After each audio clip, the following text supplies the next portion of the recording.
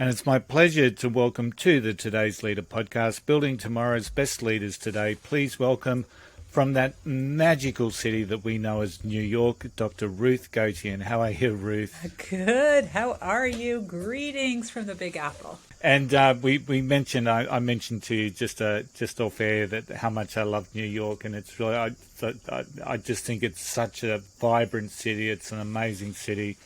And have spent many wonderful times in New York. We've got family there.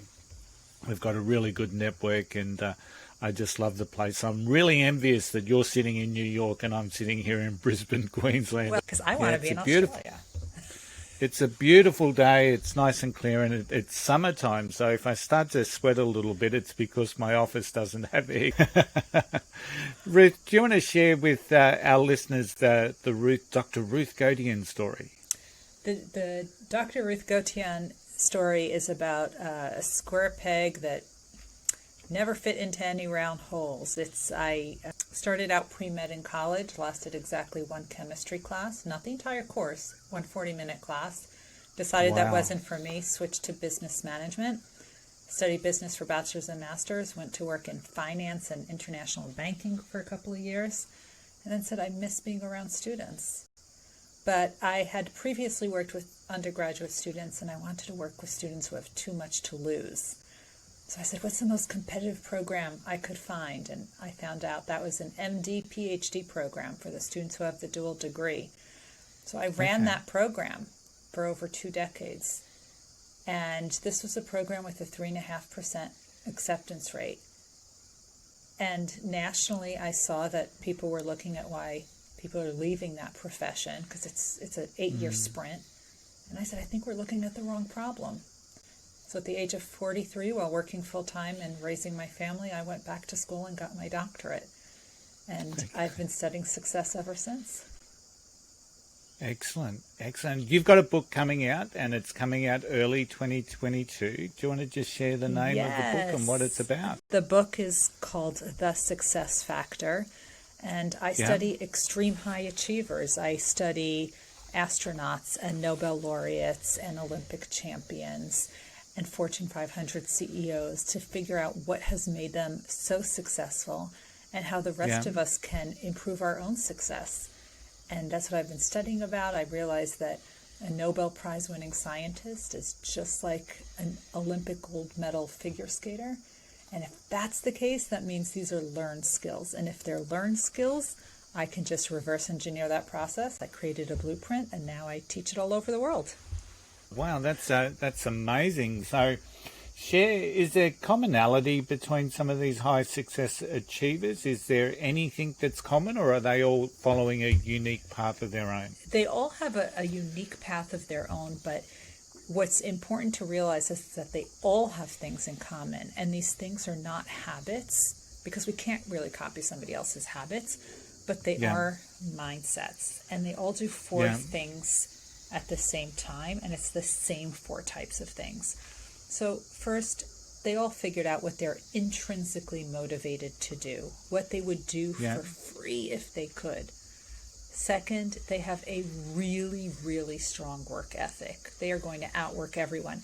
I don't mean they're going to work 18 hours a day. They're going to work smarter, not harder. Third, they have a really strong foundation, which they're constantly reinforcing. And last but not least, they are always learning, and they're not learning in the classroom. It's all informal means. So when I talk about these 4 things, I actually share the stories of these extreme high achievers. So you hear about the former chief astronaut of NASA, and you hear about Olympic champions, and you hear about the Nobel Prize winners and how they found their passion, why that was so important, how they get into a state of flow so that they can focus on their work, and all of these other things. And then at the end, I'm an adult educator, so I can't just tell you what these mindsets are without teaching you how to implement it in your own life. I'm an educator at heart. So I give people, because one thing we know about adults is that they need options. So I give a buffet of options of how you can implement these elements into your own life. And I really geek out about it, so I'm excited. A buffet of options. Buffet of options. I love that terminology. And interesting, you speak to that intrinsic motivation. And I've been speaking recently with a number of experts that talk about the concept of purpose. And one that really stands out in my mind is the concept that many people try to find their purpose in a conscious manner, when fundamentally their purpose in many ways sits within them subconsciously or unconsciously in some cases. Is that a similar sort of a concept that you're talking to when you talk about that intrinsic motivation, that deep intrinsic motivation, and people doing what they love to do even if they didn't get paid for it? That's exactly right. They would find a way to do it. I tell people astronauts until recently were government employees, which means they weren't getting paid very much for it. But they would do it for free if they could. Olympic athletes, unless they have these big sponsorship deals, this is costing them more. But they can't see themselves doing anything else because there is this drive, there is this fire in their belly, there is this passion that just won't go out. So, for example, if someone in your family suffered from cancer, and you know what that's like, and you know how that weighs heavily on everyone, and that suffering, and if you love the sciences, you would want to find a way to make this terrible disease preventable or have it treated in a way so that no one else has to suffer. If that is your passion, that is your purpose, no matter what obstacle is thrown your way, no matter what challenge you are dealt with, you're going to find a way to continue doing this because it's that fire from within. And when it comes like that, you don't drop your pen at 5 o'clock, not if you're in the zone and you feel like you're onto something. You're also not worrying about, will I get the Nobel Prize? It's never about the Nobel. It's about pouring oil on your fire, pouring that gasoline on your fire. What do I need to do to keep this going? This is what I'm passionate about. And when you're that passionate, when I say you outwork everyone, because you're going to milk the most productive hours of your day, you're going to understand that the rest time is as important as the work time. You're going to understand that talking to other people is how you're going to get great ideas. You're not just going to throw yourself in a corner and work by yourself all day long. You know that ideas can come from anyone at any time. So that's what it's really all about. What happens, Ruth, if that fire, that flame has been extinguished? And I guess I want to preface that with, fundamentally the world's gone through this huge crisis over the last 2 years that certainly here in Australia shows no sign of slowing down anytime soon. But and in many cases, a lot of people have just sort of lost who they are. They've lost their mojo. They've lost their motivation. When that flame's extinguished, what are some of the tips maybe that you can share? How do we get that back? How do you get that back? So first of all, what I take people through is what's called a passion audit, to figure out what it is that you love doing. What is it that you enjoy? Not just what you're good at. What is it you enjoy doing? That's called a passion audit. And by the way, that's one of the downloads that's available with the book, is the passion audit. And what I tell people is that every time you go through a life transition, you're moving, you got a new job, you have a new partner or child, or, a pandemic, you need to reevaluate what is your passion. And I think that's what a lot of people did during the pandemic, because they reevaluated what's important to them. Yeah. But the same thing is, you need to reevaluate your passion, because if it was your passion before, it may not be your passion moving forward. And that's why having this audit that you can revisit all the time is very important. The other piece, if you were doing something, right? And let's go back to our example of you're going to be a scientist and you're going to work in oncology and figure out a prevention or treatment. Well, if that's the case and you get some bad news, your paper was rejected, your grant was rejected, whatever it is. If you have a team of mentors who believe in you more than you believe in yourself, they're going to get you out of that funk. Because a mentor has two important roles, and this is Kathy Cram's work. One of those roles is to help you with your career, teach you skills, give you expertise, give you perspective, introduce you to people, tell you about some opportunities you should consider. But they also have the very important task of helping you with the psychosocial parts. They have to be your cheerleader on the side. When you have a failure or a challenge, sometimes you're so deep inside the jar you cannot read the label, so it all seems so overwhelming. They can help you get out of that quite a bit. Dr. Bob Lefkowitz, one of the Nobel Prize winners who I interviewed for The Success Factor, he really talked about the importance of those mentors who really helped him when nothing was working for him. So that was early in his career. So that's why you need to surround yourself with a team of mentors. And that's another one of the resources that's available with the Success Factor is how do you put together a team of mentors? Where do you find them? That's all part of the Success Factor. Wow.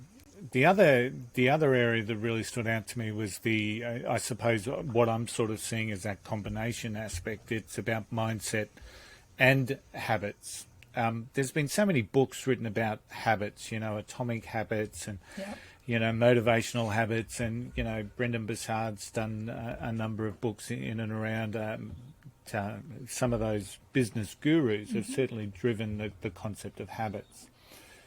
And once again, I'm refreshing this with mindset because in many ways the learning concept of successful people is all about what most people know as the growth mindset. But there's many more mindsets than just the growth mindset, as I think Ryan Gottfriedson in California has done with his Success Mindsets book. So what's your take around the mindset or your advice or your strategies in relation to mindset in that combination with habits? How does that work for successful people? So I think it's definitely true is you need that growth mindset. You need to surround yourself with all of the right people.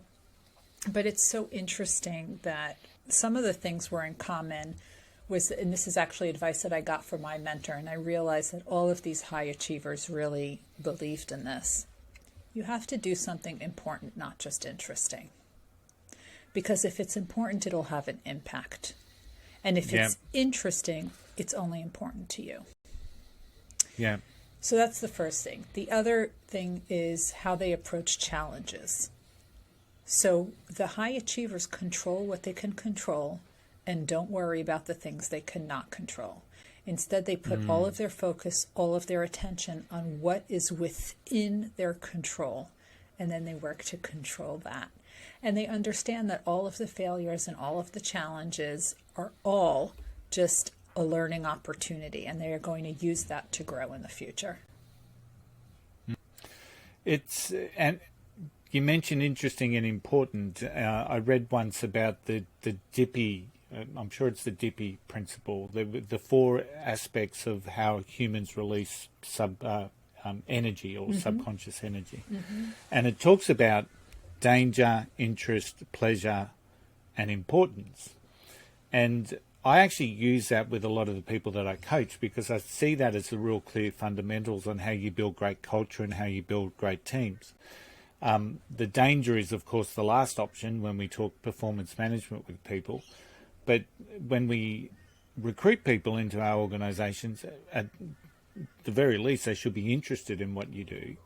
The pleasure is all about that job satisfaction, but the most important motivator in my mind is that importance thing, because you've got to be able to align what they do within their role and the benefit and the importance that plays on the organisation. So I can certainly see the power of importance in relation to, the success that you've actually researched. So if I'm a leader in the world today and I'm sitting there in a middle management position and I don't seem to be getting where I believe I should be, or I'm getting the recognition that I deserve or the career progression that I deserve, what are some of maybe the tips that you could provide to that particular leader that helps them get out of that mindset that they're probably in, and shifts their gears so that they can start to look at how they get promoted or how they progress.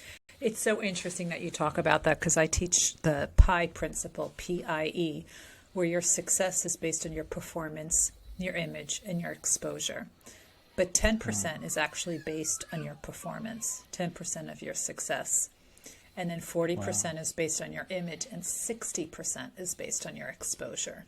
So you can be doing the best work in the world, but if people don't know about it, it's as if it doesn't exist. So in the success factor, I actually teach this as part of the implementation, how you can really improve that exposure in a way that you're comfortable with, right? So it's not about bragging. It's about doing it in a way that you're comfortable with. But that said, it's also about, if you're waiting for other people to notice you, and also come up with ideas of what you should do, that's putting a lot of pressure, and you're giving them a lot of credit that they can do it. So sometimes you need to have a goal, and you need to specify what that goal is, and you need to tell people what that goal is, and then tell people how you will reach that goal. And then I think this goes back to the mentors of, this is where I want to be in 3 years or 5 years. Here are the milestones I need to hit in order to meet that goal. Can you help me figure out that process and tweak it out a little bit? And that's where mentors can be so helpful. And that's another one. The goal audit is definitely yet another one of those resources that are offered in the success factor, because this keeps coming up. When I told you I offered a buffet of options, I was not kidding. And it also comes with all these worksheets. I told you I'm an educator at heart, but I bridge theory and practice. So I teach people how to implement the things that are important to them.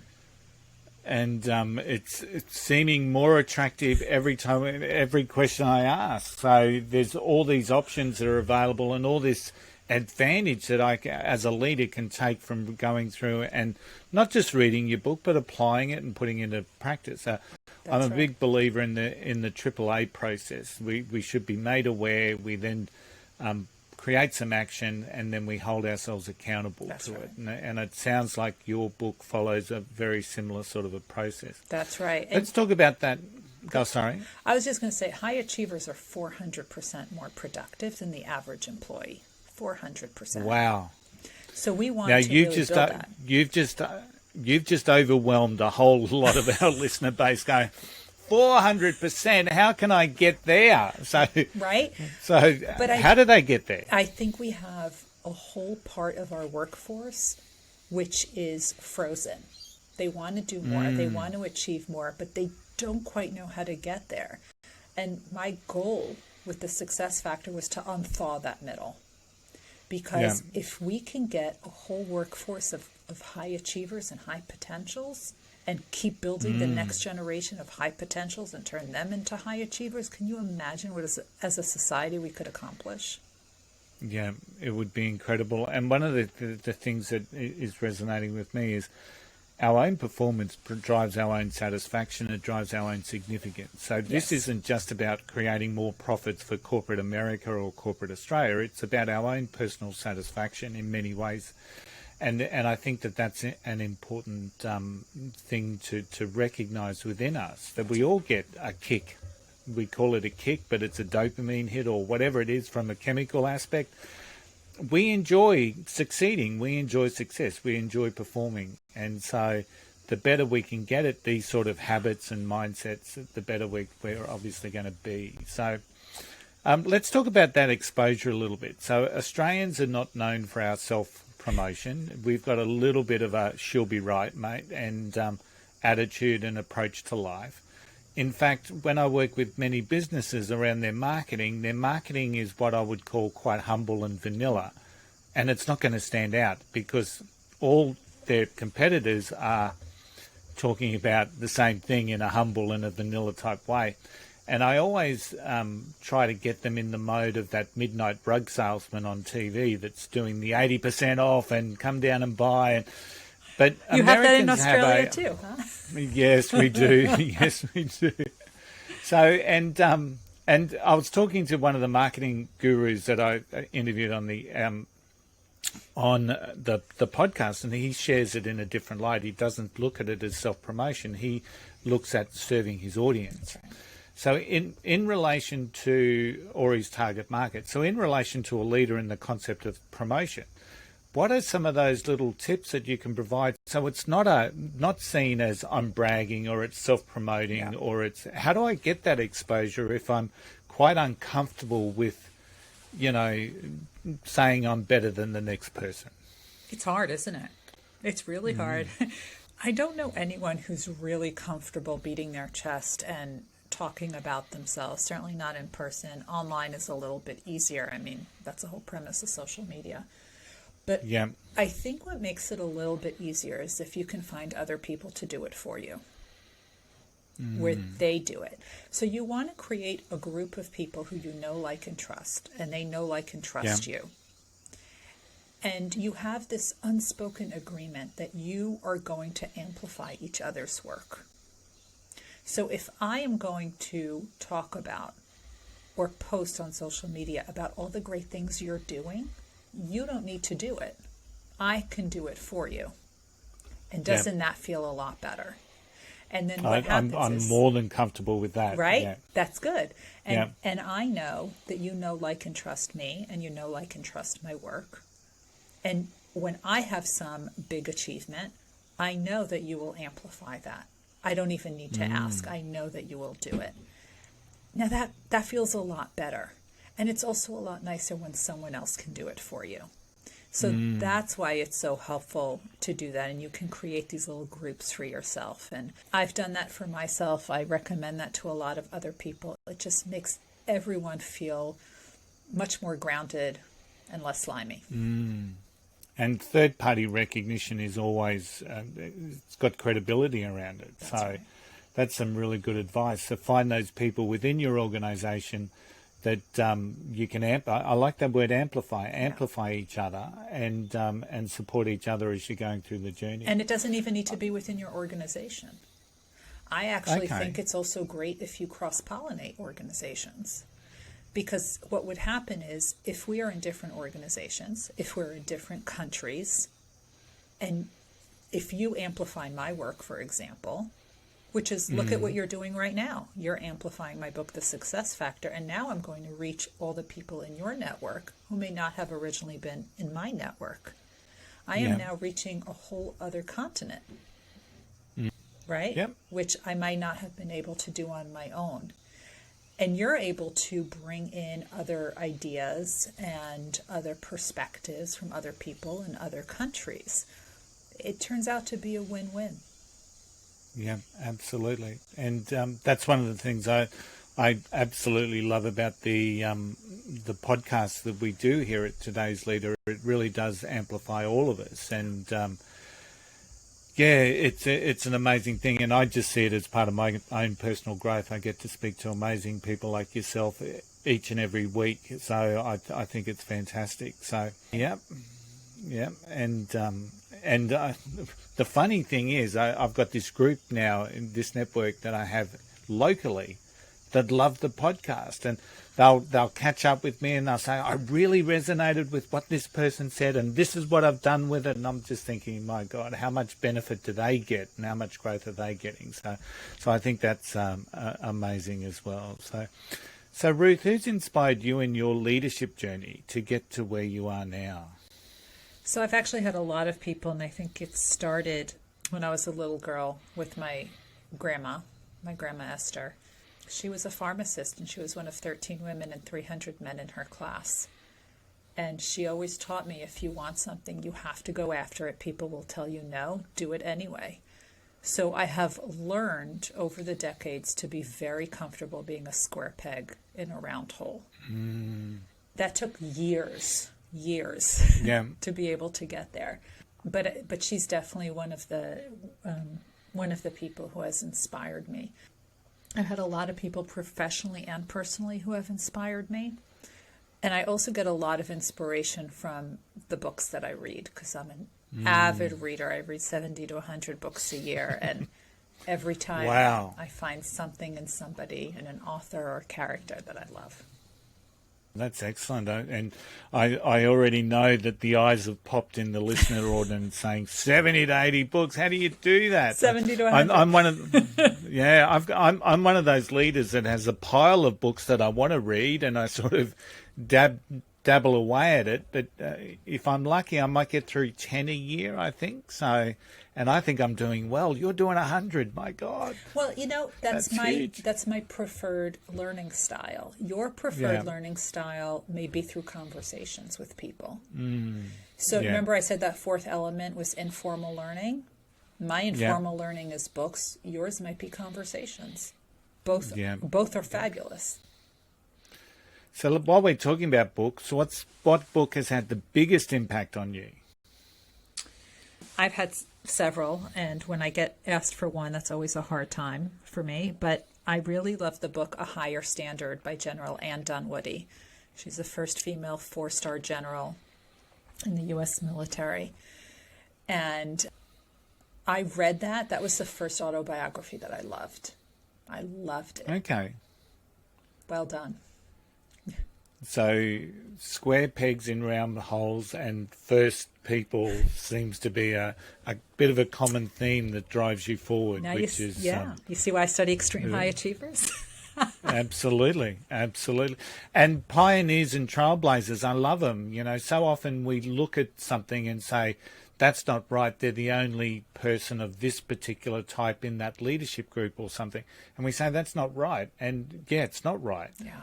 But look at that courage of that trailblazer. Look at the courage of that pioneer that's driving that forward, and hopefully others will follow through on a path.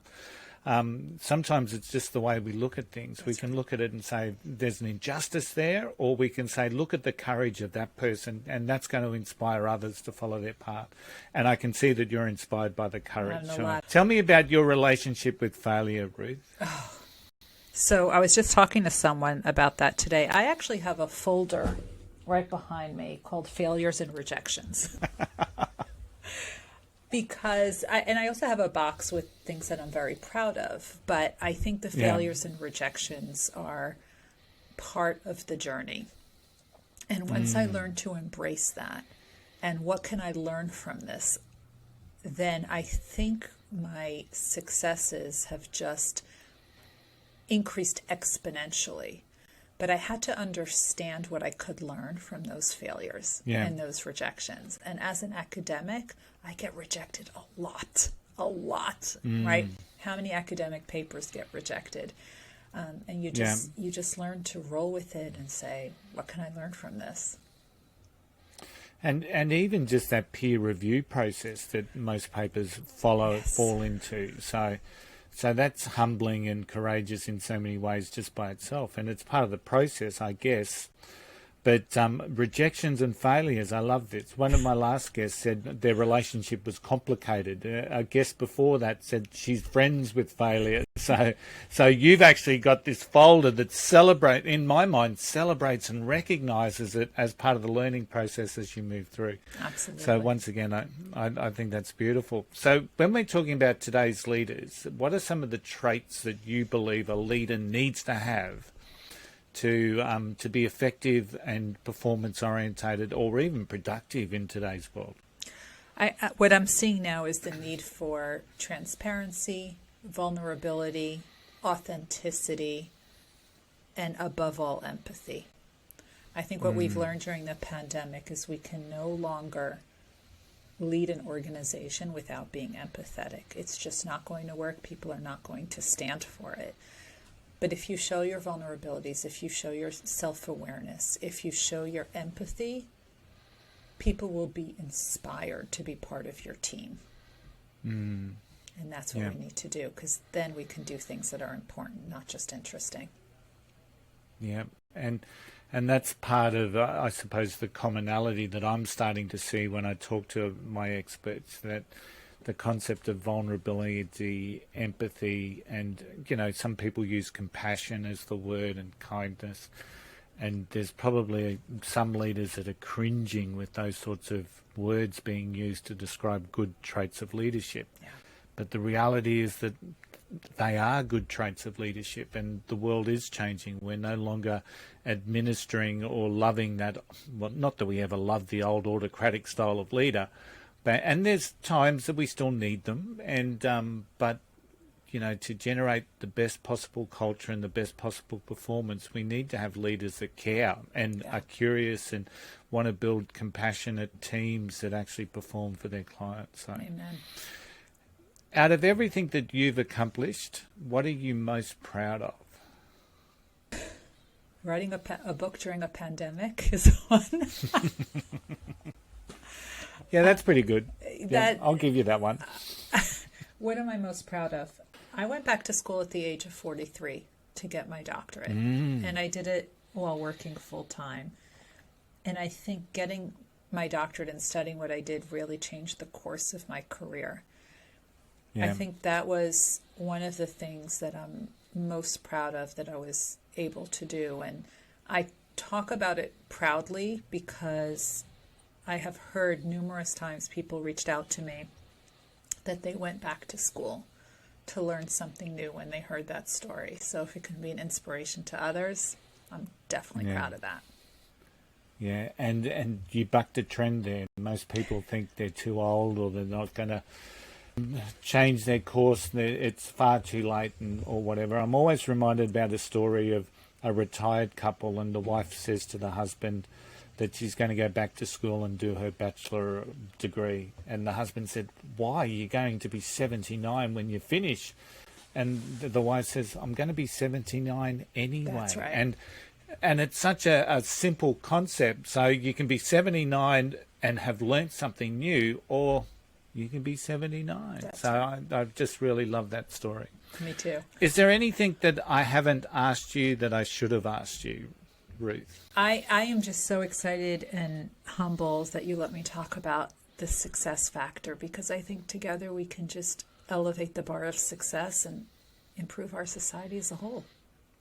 Absolutely. So I think this episode's going to come out around early February, Ruth. So your book gets released on what date? January 25th. All right. So I'll make sure I've got the link for that in the show notes. Great. So that those people that are enthralled and enraptured by that, they'll be able to get onto your book. But how else can people connect with you? So they can just go on my website. It's ruthgotian.com. All the social media, it's just my name. And if they want to find the book, they could just go to ruthgotian.com/book, and you can find all over the world where to get the book.